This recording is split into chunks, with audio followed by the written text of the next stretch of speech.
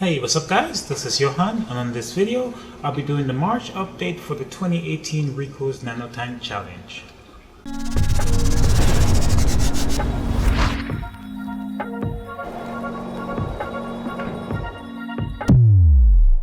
Alright guys, so for the most part, the Nano Tank has been going along swimmingly. I had one or two little issues, not with the coral, but actually with the fish that I put in. I had one loss, the lawnmower blenny. I think it was some kind of electrical issue that I'm having with all the displays, the main display, the Nano, and the quarantine behind me. It's an odd little thing where I get shock from all three tanks, but I only get electrical feedback from just one tank, this one. So I am still yet to track down what it is that's causing that electrical feedback that I'm getting, or getting that shock. So I've got a few suggestions from my LFS and some suggestions from you guys to check heaters and the LED lights and different things. So odd thing is sometimes I will unplug everything from a wall outlet, but I still get that feedback with my foreign voltage detector. But for the most part, the Nano is going along really good. If you guys follow me on Instagram, the Ophelia, they grow massive. The lights just came on maybe about an hour ago, so the corals aren't fully extended. But the Euphyllias, I mean, as you can see, it's not even fully extended, and it's already out compared to the size of my hand. It's about 4 or 5 inches wide. This torch has always been one of my favorite corals. It started off as a 5-head torch with a bunch of little pallies in between. I'll throw a clip in so you guys can see what it looks like.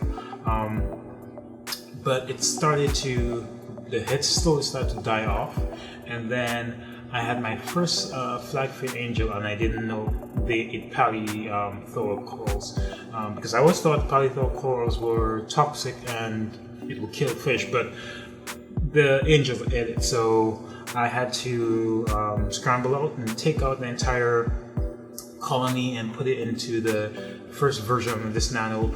It didn't do too well because I kind of neglected. I had a lot of hair algae growing, so the torch part of the coral started to go downhill and lose more heads.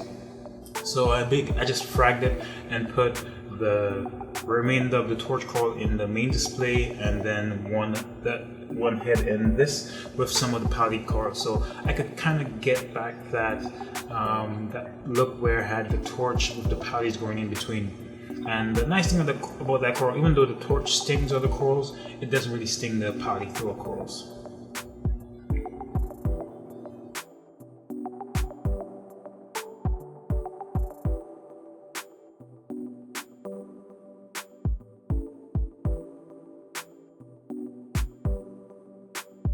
So one of the nice things about having this Nano tank, there are a few things that may not survive in the main display because I have the angels, or maybe something goes wrong and it's because I have more fish. Sometimes the nutrients is a little bit higher.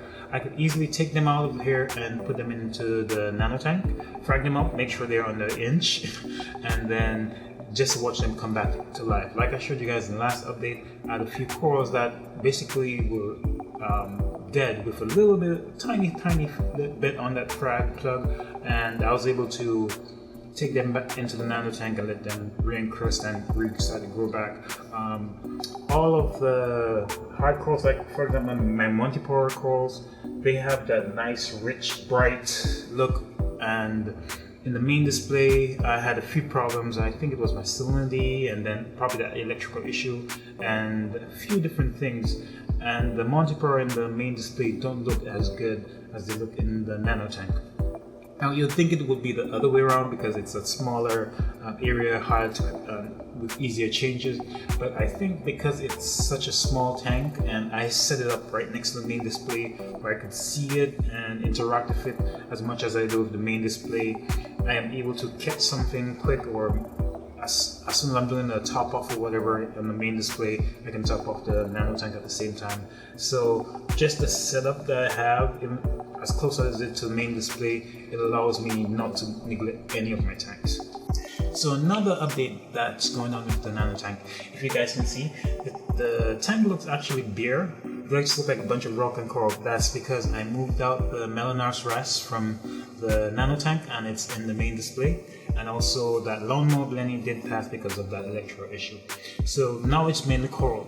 But before I moved all the fish out, the Melanars rest into the main display, I did a tiny bit of overfeeding because I did used to feed on a daily basis some pellets. So I have a little bit of hair algae that pops up right underneath this these two montiporas, and then down at the bottom at my mushroom corals, and then I have a montipora, a platinum montipora. I haven't had it for a long time. It actually completely died in the main display for just a few little polyps, and it has been growing back, and I put it in here and the polyps has been coming back and it's starting to be close, but it's not back to its full potential, but it's actually growing. So that little spots of hair algae, and that's because I did overfeed, and I did take those frags actually from the main display and put them in here. So they took some of the hair algae that's over there and brought it over here, and because there are no predators right now to go behind the hair algae, it's kind of not taking over, but it's growing long and just in one spot. I'm happy it's only growing in one spot and it's not spreading throughout the rocks. And I think because this tank is run almost on a low nutrient system, and I'm not feeding it heavily, and there's no fish in here for me to feed, that the filtration system is able to combat the nitrates and phosphates and then keep it as low nutrient system, but it's not low as an ultra low under 1 part per million of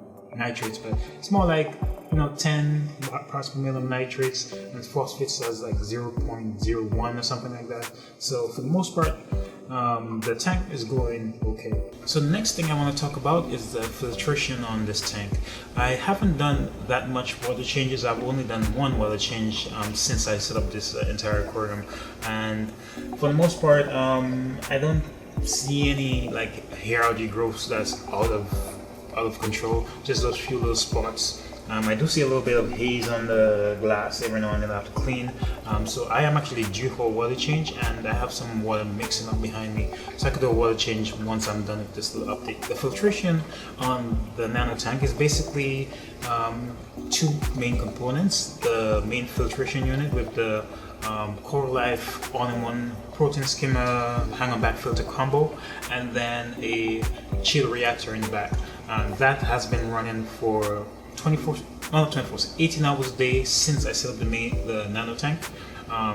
That chill reactor has been set up and it's about full, so I need to go ahead and pull all that out and restart it.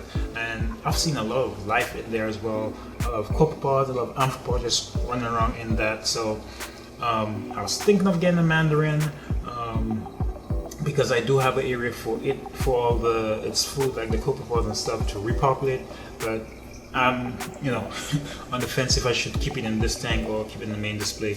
If I do it, I'm probably going to put it in the main display or keep it in here for like a week or two, just to observe it and check it out, and then I'll move it into the main display.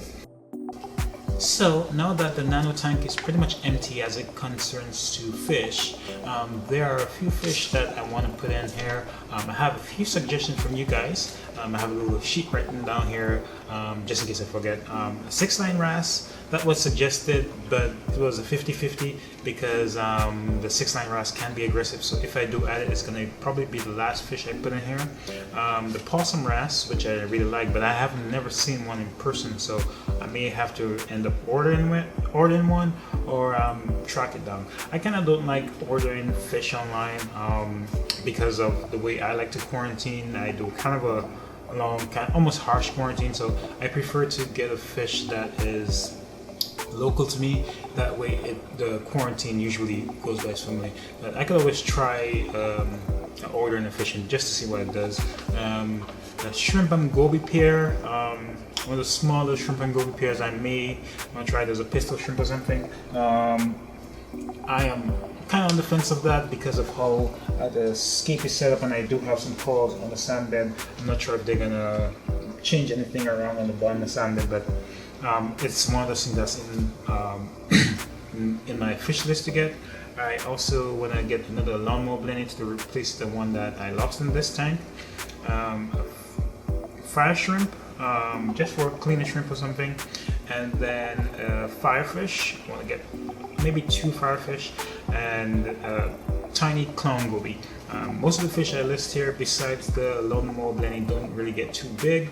They stay relatively small, and I think they should do well in this tank. I may not get all of them, but these are just a few suggestions so that I don't overpopulate this entire system. So there is one fish that may go into the nano tank before I put in any other fish. It's not a timid fish or anything, but it's one of the fish that I've always wanted, and it's not for this nano tank, but it's currently in my quarantine and it's a baby. I mean, it's probably the size of a quarter. It's a sailfin tang. It's gonna be in this until it grows out into the full size, or at least a good enough size so it could stand up to the other fish in the main display. So don't call the tank police on me for keeping a baby in a nano tank. It has bigger and better places to go. Alright guys, that pretty much wraps it up for this update of the nano tank for the 2018 Rico's Nano Tank Challenge. I'm gonna go ahead and start getting ready for a water change on this system, so that's probably gonna be the next video that I'm gonna be dropping anywhere in the next 2-3 days or so. It's gonna be done today, but it might just be done tonight or the next few days or so. It just depends on how quick I'm done with the editing and whatnot. Anyways guys, if you like this video, go ahead and hit the like button, and also remember to subscribe. I'll catch you guys in the next one.